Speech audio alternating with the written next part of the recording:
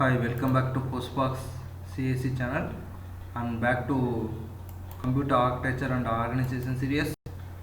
The tutorial for who are learning or pursuing BTech and MCA or whatever there, and who are preparing for a university exam and GATE or competitive exam also. It may helpful for you to understand. Today the topic we are going to see is called memory management requirements in computer organization. So in the previous session, I told about what is virtual memory, why we need, and what are the use of virtual memory, and what kind of situation we need support of virtual memory, and so on. Virtual address translation, where it consists of a physical address, logical address, and virtual address, and with some diagrams, and also TLB, like that. I hope that you understand. Today we are going to see the small topic memory management requirements in computer organization. This is a topic where we have to see the points like relocation, sharing, protection, logical organization, and physical organization. So these are the part of the memory management. You know, one of the another concept called topic called operating system. So these are the part of the operating system. As a view of computer organization, we don't want to go deeply here. Just remember. So now the question is, what is memory management? Memory management is the art and the process of coordinating and controlling the use of memory in a computer system. Remember, process of coordinating as well as controlling the use of memory in the computer system. Why memory management required? Because it supports the following things like multiple processing, relocation, production, sharing, logical organization, and physical organization. Now the first one is relocation. The role of relocation what to execute the process independently from their physical location in memory. What the use means execute the process independently from their physical location in memory, and also virtually all the techniques in this field rely on the ability to relocate process efficiently. The need of relocation is immediately evident when one consider that in a general purpose multi-program environment, a program cannot know in advance what process will be running in memory when it is executed, nor how much memory the system has available for it, nor where it is located. So the program must be compiled and linked in a way that it can be loaded starting from an unpredictable address in memory, an address that can even change the execution of the process if any swapping required. So what you understand, I am going to say some real-time example for the understanding purpose. So what you want to convey means, so when you do the program, you know how CPU coordinate and the support of processor and so on. So major thing is what we need some memory requirement. So when you do the program, for example, you are going to today some Java program, A.Java, B.Java, what programs like that. What happens when you go for the computer, the memory, the system had to allocate some memory. That's the important thing. So relocation is there. So and also what the point you have convey here means in advance the process. Okay, so and we also don't know but how much memory the system has available for it. So mostly what are the programs you're doing, whether you 10 programs, 20 programs, what happen, it will allocate the memory space. And also if you do again programs workload, giving more workload to the computer, it will go for the concept relocation and allocate the space for the programs. It never say overfill like that. So you know the meaning of swapping, that is interchanging. Then go for sharing. Here the protection mechanism must have the flexibility to allow several processes to access the same portion of the main memory. Let's take an example here to understand sharing requirement. If the number of processes are executing the same program, remember, if they are repeating again, if the number of processes are executing the same program, then it is advantageous to allow each process to access the same copy of the program rather than its own separate copy. So here what example I can say in the real time is, suppose there will be a system we can do every day only C programs. For just say example for what I can say that is the where executing the same program. So for example, we are doing A.C program, B.C program, and so on. So what happens, the main memory allocate one memory space where you try to save the programs continuously. Multiple programs try to save the main memory, it won't take another one. That's the advantage here. So and also copy of the own program also no copy, so execute.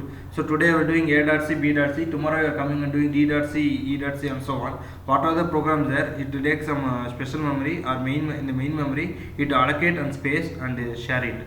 So what are the tasks we are going to do, or else next day in the same system some other person going to do some 10 or 20 advanced programs or something. like that. The files will be stored in the main memory somewhere. That is possible. That kind of sharing memory is possible in the memory requirements concept. Then production. When we have two programs at the same time, there is a danger, remember, that one program can write to the address space of another program. So in a manner, every process should be protected against unwanted interference by the processors or the processor. And also satisfaction of the relocation requirement increase the difficulty of satisfying the production requirement. And also CPU tend to support absolute addressing, which means that code runs differently when loaded in different places.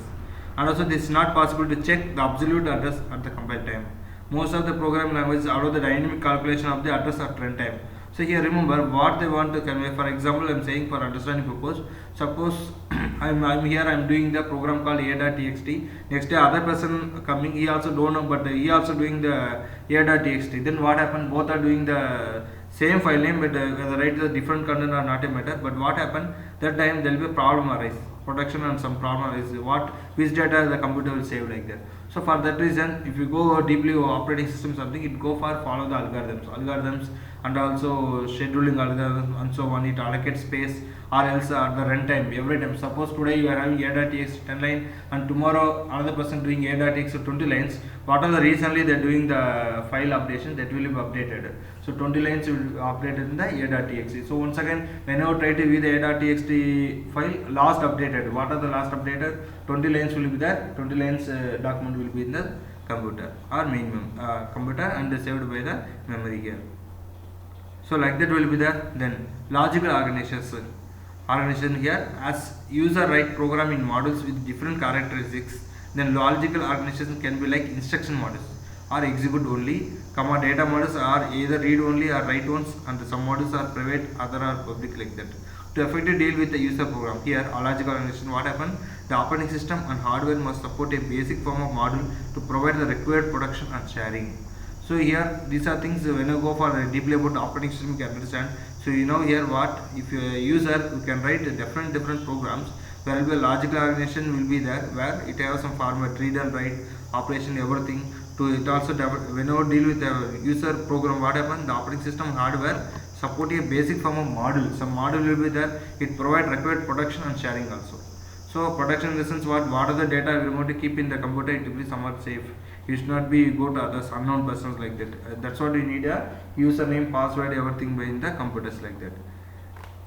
Next one, physical organization. So physical organization here, as you know, computer memory is what organized to two levels. One is called main memory and one is the secondary memory. So main memory is what? It's a volatile which provide fast access at relatively high cost, and secondary memory is non-volatile which is going to provide slower and cheaper access than main memory. The flow of information is mainly between main memory and the secondary memory, which is major system concern, but sometimes it is impractical for the programmers understand how. So you know, when you go for the practical real life of the computer, when you start to work in the IT company or something, then even though you are working well, what happens means you can't understand this all the concept properly. How the flow of information communicate with whether you work with a desktop computer or a supercomputer and so on, like that. And as main memory is available for the program and for data also, which may be insufficient for the programmer, must use the mechanism of overlaying that hold the data and program that are needed at the given time. And also there is also another factor that going to affect the programmer concern, that is multi-programming environment. In such environment, programmer does not know how much space is available.